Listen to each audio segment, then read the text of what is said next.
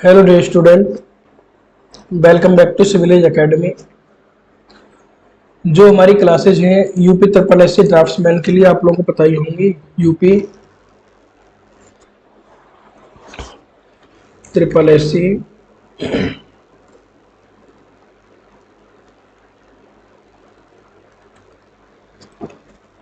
Draughtsman, UP triple S C draftsman के लिए हमारी क्लासेज चल रही हैं।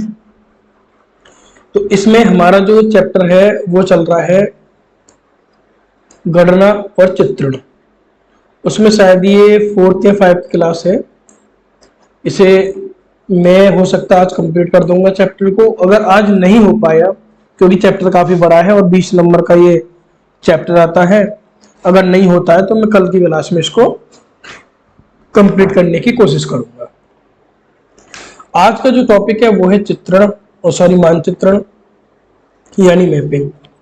इसमें मोस्टली चीजें वही हैं मैपिंग में जो हमने सर्वे के अंदर पढ़ा है। सर्वे में जो पढ़ा है डिप्लोमा में वही इसमें है सब। तो स्टार्ट करते हैं। सबसे पहले मैप क्या है, मैपिंग है क्या। किसी भी टॉपिक को पढ़ने से पहले उस टॉपिक के बारे में पता होना चाहिए है क्या। मैपिंग वह प्रक्रिया है या वह क्रिया है जिसके द्वारा हम किसी भी भूनगरीय, भूभागीय, किसी भी भूमि पर कोई टुकड़ा है, भूमि पर कुछ भी हो, उसको एक मानचित्र पर चित्रित कर सके, उसका एक मानचित्र बनाए, उसे चित्रित बनाए और दूसरे को दिखाएंगे देखो ये आपका नक्शा है, ये आपका प्लान है। उसी को मैपिंग कहते हैं। इससे क्या होगा, हमें मैपिंग क्यों कर रहे हैं? ताकि हमें अपनी भूमि की सही और सटीक जानकारी हो। तो मानचित्रण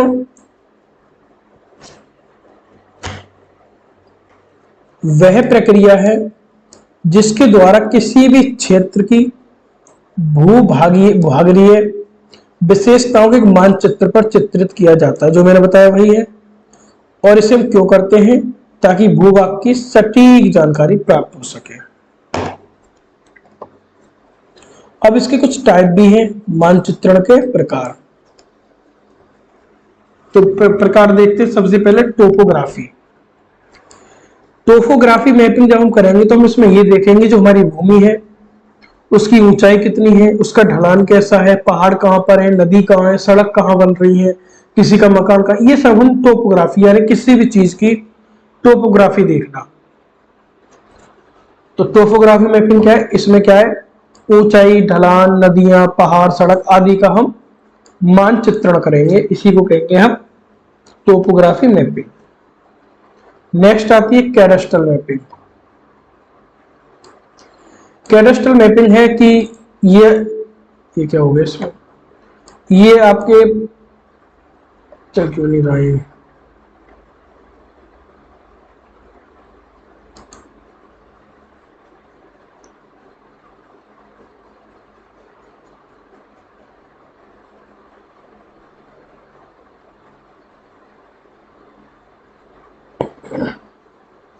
इसमें क्या प्रॉब्लम हो गई है।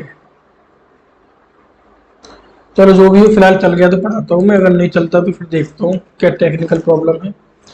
तो हम कर रहे थे कैडस्ट्रल मैप, कैडस्ट्रल मैपिंग। इसमें मैं बता रहा था जैसे ये आपका घर है, ये आपके पड़ोसी का घर है। आपने कैसे डिसाइड किया कि ये जो दीवारें हैं, ये जो सीमा है, ये जो बाउंड्री है ये आपकी है? इस पड़ोसी ने कैसे डिसाइड की कि ये बाउंड्री पड़ोसी की है? तो इन बाउंड्रियों को, इन सीमाओं का विभाजन कैसे हुआ, कैसे करना, इसी किस मैप पर हमने कैसे दिखाया, इसी को कहते हैं हम कैडस्ट्रल मैपिंग। यानी इसमें भूमि के स्वामित्व यानी जो ओनर है और सीमा और विभाजन की जानकारी होगी, किसका कितना पार्ट है, क्या है। जैसे आपको ये देखो टोपोग्राफी दिखाई हुई है, अलग अलग है, सीमा दिखा रखी है, ये पार्ट किसी और व्यक्ति का है, ये यहां से रोड जा रहा है हमारा, ये दिख रहा होगा आप लोगों को, ये किसी और का बना हुआ है। इस तरह से ये सीमा है। फिर नेक्स्ट आता है हमारा थीमेटिक मैपिंग। थीमेटिक मैपिंग क्या है? किसी विशेष चीज को देखना, किसी की जनसंख्या, किसी एक क्षेत्र को हमने उठाया, हमने पूछा कि हाँ भौगोलिक विशेषता क्या है, इस क्षेत्र में इतनी जनसंख्या बढ़ी या इस क्षेत्र में इतनी जल्दी विकास हुआ, ऐसी क्या विशेषता थी, उसको कहते हैं हम थीमेटिक मैपिंग, यानी किसी चीज विशेष चीज की बात कर रहे हो।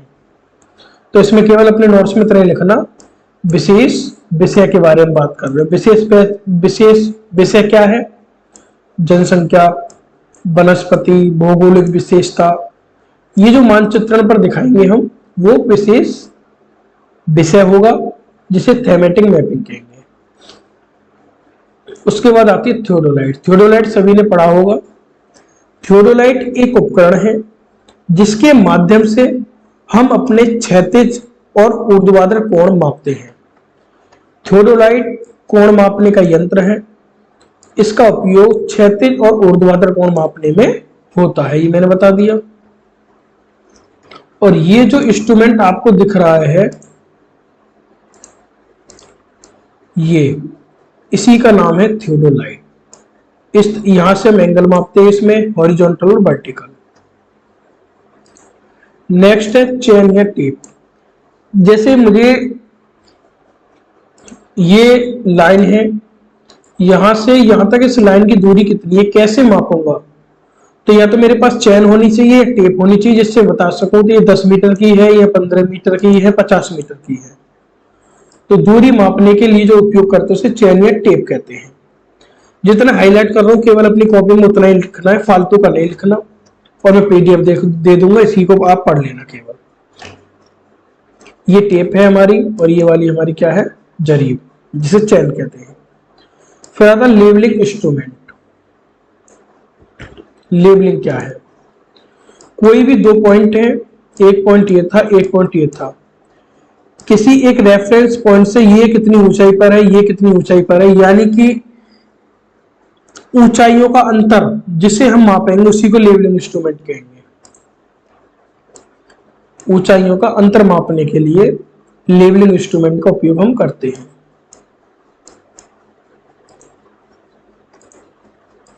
ये चल कैसे मेरा,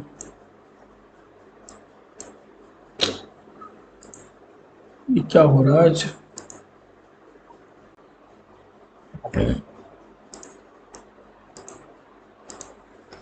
ये पता नहीं कुछ टेक्निकल प्रॉब्लम हो रही है इसमें।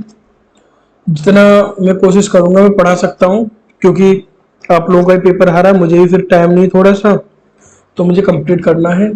चलो देखते हैं जो भी होता है, प्रॉब्लम को सॉल्व करेंगे। जो भी प्रॉब्लम है सॉल्व होती है तो ठीक है, नहीं किसी दिन मुझे क्लास लंबी लेनी पड़ेगी, तबीयत भी ठीक नहीं है। तो मैंने आपको चेन और टेप बता दिया, लेवलिंग बता दिया था। लेवलिंग क्या था? ऊंचाइयों का अंतर, यानी ऊंचाइयों में जो अंतर था मापने में यूज करेंगे वो लेवलिंग इंस्ट्रूमेंट। फिर आता जीपीएस। किसी भी स्थान का सटीक निर्धारण करना। मैं आज दिल्ली हूं, कैसे पता दिल्ली हूं? इस स्थान का कैसे निर्धारण हुआ? वो जीपीएस के द्वारा, सटीक स्थान का निर्धारण। अब मानचित्रण की कुछ प्रक्रिया है, ऐसा तो नहीं मानचित्रण हमने किया और ऐसे चले गए, कैसे होगा ये? सबसे पहले हमें क्या है, मुझे किसी भी, जैसे ये कोई भी प्लॉट है या कोई भी भूमि का टुकड़ा है, कोई भी भाग है, मुझे इसका मानचित्र बनाना है। तो पहली प्रक्रिया क्या होगी कि मैं जमीन पर जाऊं और इसका सर्वे करूं, यानी कि पहली प्रक्रिया क्या होगी, जमीनी सर्वेक्षण।